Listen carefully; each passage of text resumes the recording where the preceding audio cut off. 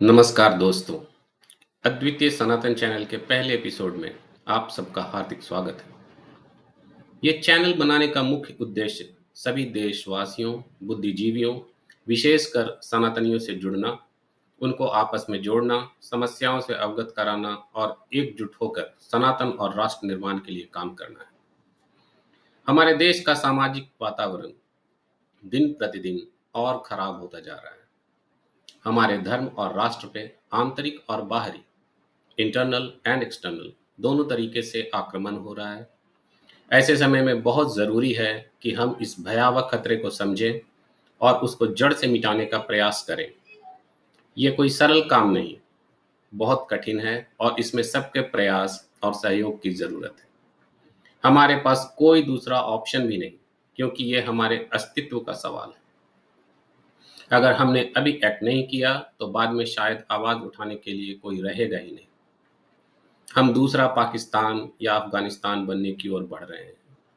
इसलिए ज़रूरी है कि हम इस परिस्थिति के मूल कारण, रूट कॉज में जाएं और उसे समझने का प्रयास करें, तभी कोई सार्थक समाधान निकाल पाएंगे।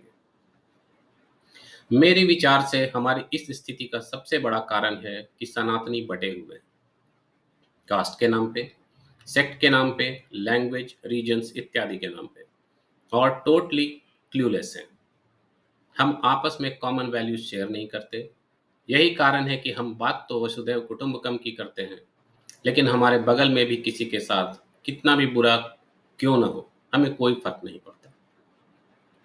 हमारे लोगों में सेक्युलरिज्म और वोकिज्म को प्रोग्रेसिवनेस के नाम पे कुछ ज़्यादा ही प्रमोट किया जाता है। ये सो कॉल्ड सेक्युलर लोग अपने ही धर्म को और यहाँ तक कि राष्ट्र को बुरा कहने से नहीं चूकते। इन्हें अपने धर्म और संस्कृति से शर्म आती है। ये लोग इंटेलेक्चुअली इतने सिक हो जाते हैं कि इन्हें अपनी संस्कृति, धर्म और देश रिग्रेसिव लगता है, लेकिन दूसरे संप्रदायों की जगह की सब चीज़ें प्रोग्रेसिव। दूसरा सबसे बड़ा कारण है धर्म के नाम पे पाखंड। आज 50 से ज़्यादा ऐसे लोग खुद को जगत गुरु बता रहे हैं, जिनको हजार लोग भी ठीक से नहीं जानते।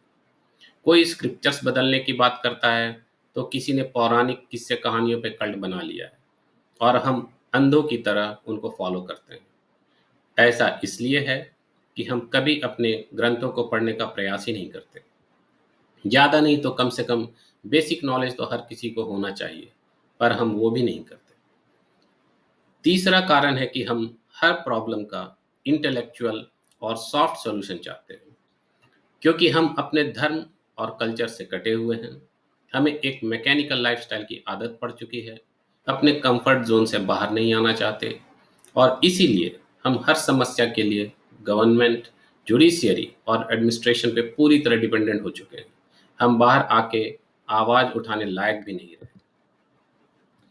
जब हम Hindi versus non Hindi, north versus south, one state versus other, forward versus backward versus SC ST, जय भीम जय मीम के नाम पे इतने ज़्यादा बिखरे हुए हैं, तो कोई भी पॉलिटिकल पार्टीज हमें क्यों वैल्यू देगी। यही कारण है कि 80% होते हुए भी आपकी बात कोई नहीं सुनता, और जो 15% हैं, उन्हें खुश करने में सारी पार्टियां लगी हुई हैं। जब तक आप यूनाइट नहीं होंगे, तब तक किसी को भी आप पे विश्वास नहीं होगा। यही वजह है कि तमाम पार्टियां आपकी आइडियोलॉजी को खुलकर सपोर्ट करने से बचती हैं। यहाँ तक कि सो कॉल्ड हिंदू ऑर्गेनाइजेशंस भी आपके कॉज के लिए खुल के सामने नहीं आना चाहती। आप अपने ही देश में इमिग्रेंट्स की तरह रह रहे हैं। आपको सनातन के हित के लिए जितने भी लॉज हैं, उनके लिए लड़ना पड़ता है, और फिर भी कोई आपकी नहीं सुनता। कुछ हजार लोग शाहीन बाग में बैठ जाते हैं और CAA लाने नहीं देते। कुछ किसान सड़क जाम कर देते हैं और किसान बिल वापस हो जाता है। इन पे कोई कुछ एक्शन लेता दिखाई नहीं देता, यहाँ तक कि कोर्ट्स भी नहीं। वहीं अगर सनातन के नाम पे कोई धार्मिक रैली निकले, तो उस पे पत्थरबाजी होती है और लाठीचार्ज भी उन्हीं पे किया जाता है।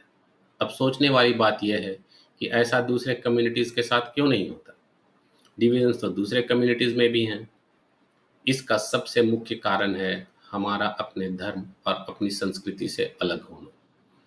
यहाँ एक बहुत महत्वपूर्ण बात ये भी है कि हमारे बीच से निकले हुए लीडर्स शॉर्ट साइटेडनेस में बिलीव करते हैं।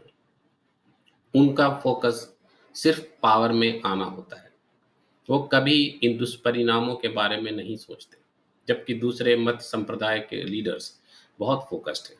वो भी पावर में आना चाहते हैं, लेकिन अपने रिलीजन या मजहब को कॉम्प्रोमाइज करके नहीं।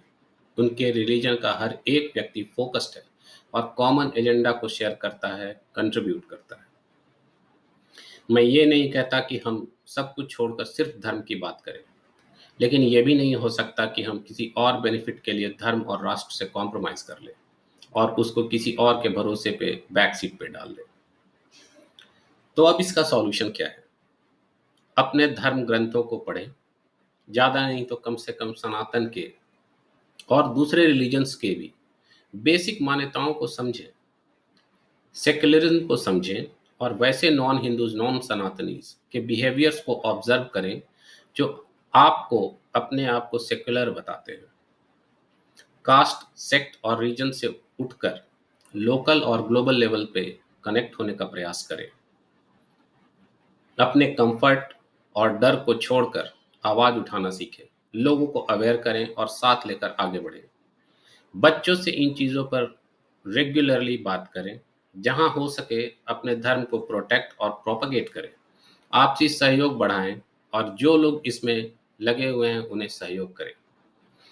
जब सनातन एक से बढ़कर एक ग्रेट माइंड्स को पैदा कर सकती है, चाहे वो हमारे महापुरुष हों, चक्रवर्ती सम्राट हों, महान विचारक हों या आज के समय में महान लीडर्स, सीईओज, बिजनेस टाइकून्स और प्रोफेशनल्स जिन्होंने देश और दुनिया में अपना लोहा मनवाया है, तो मुझे इसमें कोई संदेह नहीं कि अगर हम एक साथ मिलकर इन परिस्थितियों का सामना करें तो एक लास्टिंग सॉल्यूशन लेके जरूर आएंगे, जो धर्म, देश और मानवता के लिए बहुत आवश्यक है। हम इस चर्चा को आगे भी जारी रखेंगे। मैं यूट्यूब वीडियोस के थ्रू आपसे जुड़ा रहूंगा। अंत में आपसे यही अपेक्षा है कि आप इस चैनल को ज़्यादा से ज़्यादा लाइक करें, सब्सक्राइब करें, शेयर करें और प्रमोट करें। अपने विचार हमें कमेंट्स में लिखकर बताएं। जय सनातन, जय हिंद, वंदे मातरम।